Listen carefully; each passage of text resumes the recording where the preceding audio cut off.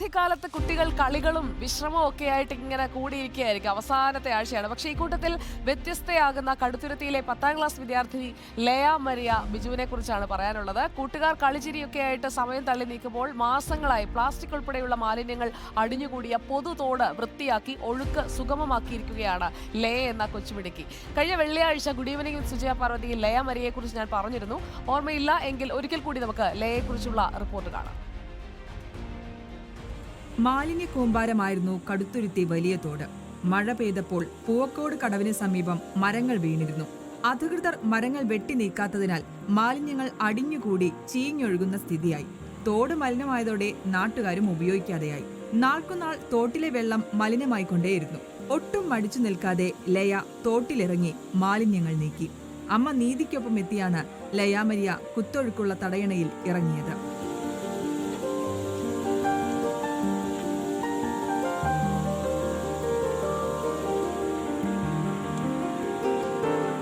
Plastic മാലിന്യങ്ങൾ ചാക്കിൽ ശേഖരിച്ചു. ജൈവമാലിന്യങ്ങൾ കുഴിച്ചുമൂടി. തോട്ടിൽ വീണ് കിടക്കുന്ന മരങ്ങൾ വെട്ടിമാറ്റിയാലേ നീരൊഴുക്ക് ശക്തമാകൂ. പഞ്ചായത്ത് അധികൃതർ തുടർ നടപടികൾ സ്വീകരിക്കണമെന്നാണ് ലയയുടെ അപേക്ഷ. സ്കൂളിലെ സോഷ്യൽ സർവീസ് പ്രവർത്തനങ്ങളുടെ ഭാഗമായി ധാരാളം തോടുകൾ വൃത്തിയാക്കുകയും കടവുകൾ ശുചീകരിക്കുകയും ചെയ്തിട്ടുണ്ട്. ഇന്നലത്തെ മഴയെ തുടർന്ന് കിഴക്ക് നിന്നും വളരെയധികം പ്ലാസ്റ്റിക്കുകൾ തുരുത്തിപ്പള്ളി തടയണയിൽ വന്ന് ചേരുകയും അതേ തുടർന്ന് നീരൊഴുക്ക് വളരെയേറെ ശക്തമാകുകയും അതിങ്ങനെ തങ്ങിക്കൂടി നിൽക്കുകയും ചെയ്തു. ഞാനും എൻ്റെ അമ്മയും ചേർന്ന് അത് വൃത്തിയാക്കുകയും ചെയ്തു. എൻ്റെ നാട്ടിലുള്ള എല്ലാവരും സഹായിക്കുകയും ചെയ്തു. ലോഡ് കണക്കിന് പ്ലാസ്റ്റിക്കുകളാണ് അവിടുന്ന് ശേഖരിക്കാൻ സാധിച്ചത്. കുത്തൊഴുക്കുള്ള തടയണയ്ക്ക് താഴെ മണിക്കൂറുകൾ എടുത്താണ് മാലിന്യങ്ങളെല്ലാം നീക്കിയത്. തോടിൽ നിന്ന് ശേഖരിച്ച പ്ലാസ്റ്റിക് കുപ്പികൾ വിറ്റുകിട്ടിയ തുക നിർധന രോഗികൾക്ക് മരുന്ന് വാങ്ങുന്നതിനായി പെരുവയിൽ പ്രവർത്തിക്കുന്ന മരുന്ന് വണ്ടിക്ക് നൽകി. News desk reporter. Kaduthuruthy saint Kuriakose public സ്കൂളിലെ വിദ്യാർത്ഥിനിയാണ് ഈ കൊച്ചുമിടുക്കി. മന്ത്രി വി എൻ വാസവൻ ഉൾപ്പെടെയുള്ള പ്രമുഖർ ലയയുടെ പ്രവൃത്തിയെ അഭിനന്ദിച്ചു കഴിഞ്ഞു. കോട്ടയം ഞീഴൂർ സ്വദേശി ലയ മരിയ ബിജുവും അമ്മ നിധിയും നമുക്കൊപ്പം തത്സമയം ചേരുകയാണ്. സ്വാഗതം. ആദ്യം തന്നെ അമ്മയ്ക്കൊരു കൺഗ്രാറ്റ്സ്, ഇതുപോലെയുള്ള ഒരു മകളെ വളർത്തിയെടുത്തത്. അപ്പോൾ നോക്കും കേട്ടോ, ഗംഭീരായി. അപ്പോൾ ഇവരെ രണ്ടുപേരെ നമ്മൾ ഇന്ന് അതിഥിയായി നമുക്കിപ്പം കൂട്ടിയത് പ്രേക്ഷകർ കണ്ടല്ലോ. അതായത് നമ്മുടെ ചുറ്റുപാടും ഇങ്ങനെയൊക്കെ മാലിന്യം കിടക്കുമ്പോൾ, അതായത് ഒരു കുപ്പി അവിടെ കിടന്നാൽ പോലും അതെടുത്ത് ആ വേസ്റ്റ് ബിന്നിലേക്ക് ഇടാൻ പോലും കുട്ടികളൊക്കെ മടിക്കുന്ന സമയമാണ്. നോക്കിയിട്ട് വേണമെങ്കിൽ കാലുകൊണ്ടത് തട്ടിയിട്ട് നടന്നു പോകുമ്പോഴാണ് ഇത്രയും വെള്ളത്തിലിറങ്ങി ഈ പ്ലാസ്റ്റിക് ഒക്കെ പെറുക്കി. അമ്മയാണോ ശരിക്കും മോളുടെ ഒരു പ്രചോദനം? ആരാണ്? സ്കൂളാണ് എൻ്റെ സ്കൂളാണ്. ഞാൻ സെന്റ് കുര്യാക്കോസ് പബ്ലിക് സ്കൂൾ കടുത്തുരുത്തിയിലാണ് പഠിക്കുന്നത്. അപ്പം 9ൽ പഠിക്കുമ്പോൾ ഇങ്ങനെ സോഷ്യൽ സർവീസിൻ്റെ ഭാഗമായിട്ട് ഞങ്ങളുടെ ക്ലാസ്സിനെ ഫാദർ അജീഷും ഫാദർ ബിനുവും കൂടെ പ്രിൻസിപ്പൽസാണ് തിരഞ്ഞെടുത്തത്. അപ്പം എന്നെയാണ് കോർഡിനേറ്റർ ആക്കിയത് എൻ്റെ ക്ലാസ്സിൻ്റെ. അപ്പം എനിക്കൊരു ഇൻസ്പിറേഷൻ ആയിരുന്നു ചെയ്യണം. പിന്നെ അമ്മയും ഫാമിലി ഫുള്ള് നാട്ടുകാരും എല്ലാവരും സപ്പോർട്ടാണ്. അപ്പം ഇങ്ങനെ ചെയ്തു പോകുന്നു എല്ലാ കാര്യങ്ങളും. എന്താണ് ഭാവിയിൽ ഒരു MSW കാരിയോടാണോ ഞാൻ സംസാരിക്കുന്നത്? എന്താണ് മോളുടെ ഒരു എയിം? എന്താണ്? എനിക്ക് AFMC പഠിക്കണം എന്നാണ് ആഗ്രഹം. MBBS. MSW പറ്റിയൊക്കെ ചിന്തിക്കുന്നുണ്ട്, എല്ലാവരും പറയുന്നുണ്ട് ഇങ്ങനെ. അപ്പം ഇനി ഭാവിയിലുള്ള കാര്യങ്ങൾ പ്രിഡിക്റ്റ് ചെയ്യാൻ പറ്റാത്തതുകൊണ്ട് ഇനി ബാക്കിയുള്ളവരുടെ എല്ലാ 10ാം ക്ലാസ്സിലായി. ക്ലാസ്സൊക്കെ തുടങ്ങിയോ? ക്ലാസ്സൊക്കെ തുടങ്ങി. ഇപ്പം ഒരാഴ്ച അവധിയാണ്. എന്നിട്ട് ജൂൺ 3-ന് ക്ലാസ് തുടങ്ങും. ഫ്രണ്ട്സിനോടൊക്കെ പറഞ്ഞു ഇല്ല, അവർക്കൊരു സർപ്രൈസ് ആട്ടെ എന്ന് വിചാരിച്ചിരിക്കുകയാണ്. ഞങ്ങൾ ഇങ്ങനെ വിളിക്കുമെന്ന് പ്രതീക്ഷിച്ചോ? വാർത്തയൊക്കെ കൊടുത്തു? ഒട്ടുമില്ല. അമ്മയ്ക്ക് എന്ത് തോന്നുന്നു? മോളെ കാരണം എന്താ ഇപ്പോൾ ഒരു ലൈവ് സ്റ്റുഡിയോയിൽ വന്ന് ഇങ്ങനെ സംസാരിക്കുകയാണ്. മോളുടെ ഒരു നല്ല പ്രവൃത്തി അത് മറ്റു കുട്ടികൾക്ക് മാതൃകയാകണം, നമ്മുടെ സമൂഹത്തിന് മാതൃകയാകണം എന്നുള്ളത് കൊണ്ടാണ് ഞങ്ങൾ ഇങ്ങോട്ടേക്ക് വിളിച്ചത്. എന്ത് തോന്നുന്നു അമ്മയ്ക്ക്? ആദ്യം തോന്നുന്നത് എന്താ? ഒരു സന്തോഷം. എൻ്റെ മോളിലൂടെ മറ്റുള്ളവർ ശുചിത്വം അറിയുമല്ലോ എന്നോർക്കുമ്പോൾ സന്തോഷം. നമ്മളിപ്പോൾ പ്രധാനമന്ത്രി ആയാലും ഒക്കെ ഈ ശുചിത്വം എന്നുള്ള വാക്ക് എപ്പോഴും എടുത്ത് പറയുന്നതാണ്. അങ്ങനെയുള്ള കുറേ പദ്ധതികളുണ്ട്. ഇവിടെ കേരളത്തിലായാലും നമ്മൾ കൂടുതലും ഈ സേവന വാരത്തിലൊക്കെയാണ് ഈ ശുചിത്വത്തെക്കുറിച്ച് കൂടുതൽ പറയുന്നത്. പക്ഷെ അങ്ങനെയൊന്നും അല്ലാത്തൊരു സമയം, അവധിക്കാലം, അത് എല്ലാവരും അടിച്ചു പൊളിക്കുന്ന സമയം. പ്രത്യേകിച്ച് മോള് 10ാം ക്ലാസ്സിലേക്ക് പോവുകയാണ്. അപ്പോൾ 9ാം ക്ലാസ്സിലെ അവധിക്കാലം കുറച്ച് സമയമേ ഉള്ളൂ. പെട്ടെന്ന് നേരത്തെ ക്ലാസ്സും തുടങ്ങും. ആ സമയത്ത് ക്ലീൻ ചെയ്യാനായിട്ട് പോകാൻ തോന്നിയത് എന്തുകൊണ്ടാണ്? അതോ സാധാരണ ഇങ്ങനെ കളിക്കാനൊന്നും അങ്ങനെ പോകുന്ന ആളല്ലേ?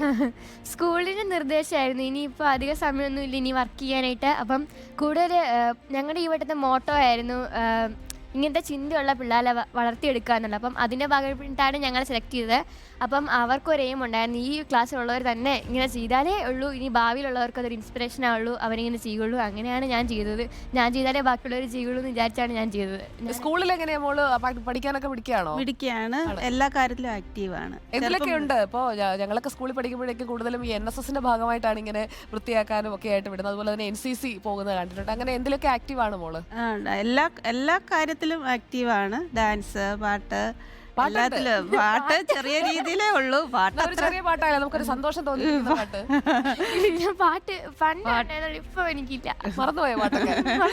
ഡാൻസും എല്ലാമാണ് കൂടുതൽ നിൽക്കുന്നത്. ആള് പക്ഷെ ഒരു ഹാപ്പിനെസ് ഫില്ലാണല്ലേ, അടുത്ത് നിൽക്കുന്ന കാണുമ്പോഴേ നമുക്കൊരു സന്തോഷം, നല്ല ചിരി ഒക്കെ ആയിട്ട്. എല്ലാവരോടും ഇങ്ങനെ തന്നെയാണ്. ആള് സോഷ്യലാണ്, അല്ലെങ്കിൽ കോട്ടയക്കാർ അങ്ങനെയാ. അപ്പോ മോളുടെ ഒരു ആഗ്രഹം ഇപ്പൊ MBBS ആണെന്ന് പറഞ്ഞല്ലോ, ഇനി അങ്ങോട്ട് ഇതിപ്പോ വാർത്താ പ്രാധാന്യം ഒക്കെ നേടി, ഇപ്പൊ നമ്മളായാലും കൊടുത്ത് ഒരുപാട് പേര് മോളെ കുറിച്ച് അന്വേഷിച്ചു ഞങ്ങളോട്. ഇവിടെ നമ്മുടെ കൂടെയുള്ള ആളുകളൊക്കെ തന്നെ പറയുകയും ചെയ്തു മോളെ ഇങ്ങോട്ട് വിളിക്കണം. എന്നോട് ആദ്യം പറഞ്ഞത് ഞങ്ങളുടെ അജിച്ചേട്ടൻ എന്ന് വിളിക്കുന്നത് നമ്മുടെ അജി പുഷ്കറാണ്, ലയെ എന്തായാലും വിളിക്കണം ഇങ്ങോട്ട്. അപ്പോൾ എനിക്കും തോന്നി ശരിയാണല്ലോ. അപ്പോൾ നമ്മുടെ പ്രൊഡ്യൂസേഴ്സ് നൗഫലും വിനേഷും ഒക്കെ ആയിട്ട് ചർച്ച ചെയ്ത് കഴിഞ്ഞപ്പോഴത്തേക്ക് അവരും പറഞ്ഞു നമുക്ക് എന്തായാലും വിളിക്കാം. അങ്ങനെയാണ് മോളെ നമ്മളിവിടേക്ക് വിളിക്കുന്നത്. ശരിക്കും പറഞ്ഞു കഴിഞ്ഞാൽ സ്കൂളിൽ ഇനിയിപ്പോൾ തിരിച്ചു ചെന്ന് കഴിഞ്ഞിട്ട് അടുത്ത കൂടുതൽ ആളുകൾ ഇതുപോലെയുള്ള കാര്യങ്ങളൊക്കെ ചെയ്യണമല്ലോ. അപ്പം സ്കൂളിൽ നിന്നുള്ള നിർദ്ദേശം അനുസരിച്ച് ഒരു തവണ ചെയ്തൊന്ന് ഉപേക്ഷിക്കുന്നതാണോ അതോ ഇത് തുടരുമോ? എന്താ മോളുടെ ഒരു പ്ലാൻ? തുടരാനാണ് എൻ്റെ പ്ലാൻ. ഇനിയും കുറച്ച് പേരുടെ ഗ്രൂപ്പായിട്ട് ചെയ്യുന്നതാണ് എനിക്കിഷ്ടം. അപ്പം ഇനി ഗ്രൂപ്പായിട്ട് ആക്ടിവിറ്റീസ് ചെയ്യണമെന്നാണ്. സ്കൂൾ നല്ല സപ്പോർട്ടാണ്. അപ്പം ഞങ്ങളുടെ സ്കൂളിൻ്റെ ബാനറിൽ ഇനി ഒരുപാട് പ്രവർത്തനങ്ങൾ ചെയ്യാൻ സാധിക്കട്ടെ എന്ന് വിശ്വസിക്കുന്നു. അമ്മയ്ക്ക് എങ്ങനെ, അമ്മയുടെ ഒരു ചെറുപ്പകാലത്ത് ഇങ്ങനെയൊക്കെയുള്ള കാര്യങ്ങൾ ചെയ്ത ഓർമ്മയുണ്ടോ? മോളോട് ഇങ്ങനെയൊക്കെ പറഞ്ഞിട്ടുണ്ടോ? നമ്മൾ കുട്ടിക്കാലത്ത് ഇങ്ങനെ ചപ്പുചവറൊക്കെ കൂട്ടിയിട്ട് കത്തിച്ചൊക്കെ കളയാറുണ്ടായിരുന്നു, അങ്ങനെയുള്ള കാര്യങ്ങളൊക്കെ പറഞ്ഞു കൊടുക്കാറുണ്ടോ? തീർച്ചയായിട്ടും. എൻ്റെ ഗ്രാൻഡ് ഫാദർ മിലിറ്ററിയിലായിരുന്നു. അപ്പം അവധിക്ക് ഞങ്ങൾ ചെല്ലുമ്പോൾ ഇങ്ങനത്തെയൊക്കെ ചെയ്യിക്കും, ഓട ക്ലീനിങ് ചെയ്യിക്കും, അങ്ങനത്തെയൊക്കെ ചെയ്യിക്കുമായിരുന്നു. അപ്പം എനിക്കും ക്ലീനിങ് ഭയങ്കര ഇഷ്ടമാണ്. അപ്പം മോളും അതിലേക്ക് വരുന്നത് എനിക്ക് സന്തോഷം തന്നെ. ഇപ്പൊ പുറത്തിറങ്ങി ഒരു ജലാശയം വൃത്തിയാക്കുന്നതാണ് നമ്മൾ കണ്ടത്. വീട്ടിലാളെങ്ങനെയാ? വീട്ടിലാള് ഞാൻ ഇല്ലാത്തപ്പം, ഞാനുള്ളപ്പം ഇച്ചിരി പുറകോട്ടാണ്, ഞാൻ ഇല്ലാത്തപ്പം നല്ല നീറ്റായിട്ട് എല്ലാം അടുക്കി പെറുക്കിയൊക്കെ വെക്കും, കുക്കിംഗ് ചെയ്യും, എല്ലാം ചെയ്യും. എല്ലാം കൊണ്ട് പിടിക്കുകയാണ്. അതെ. പാട്ട് പാടിയില്ല, അറിയത്തില്ല. ഒരു രണ്ടുപേര് നോക്കിക്കൂടെ? ഒന്നുമില്ല. അമ്മ പാടുവോ? അയ്യോ, അമ്മ അത്യാവശ്യം അമ്മ മോളും കൂടെ ഒരു രണ്ടുപേരും അമ്മ തുടങ്ങിയാൽ മതി, അപ്പൊ മോള് ചേർന്നോളൂ. നമ്മുടെ ഈ സന്തോഷം പങ്കിടാൻ വേണ്ടി.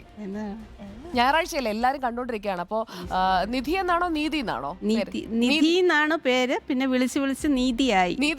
അപ്പോ ജസ്റ്റിസ് എന്ന അർത്ഥമുള്ള പേരാണ് ഇപ്പൊ എല്ലാരും വിളിച്ചോണ്ടിരിക്കുന്നത്. അപ്പൊ നമ്മുടെ പ്രേക്ഷകരോട് നീതി കാട്ടൂ രണ്ടുപേരും. പാടിക്കോ, മൈക്കൊക്കെ സെറ്റാ, പാടിക്കോ. ദൈവസ്നേഹം വർണ്ണിച്ചിടാൻ വാക്കുകൾ പോരാ, നന്ദി ചൊല്ലി തീർക്കുവാനീ ജീവിതം പോരാ. കഷ്ടപ്പാടിൻ കാലങ്ങളിൽ രക്ഷിക്കുന്ന സ്നേഹമോർത്ത എത്ര സ്തുതിച്ചാലും മതി വരുമോ? ദൈവസ്നേഹം വർണ്ണിച്ചിടാൻ വാക്കുകൾ പോരാ.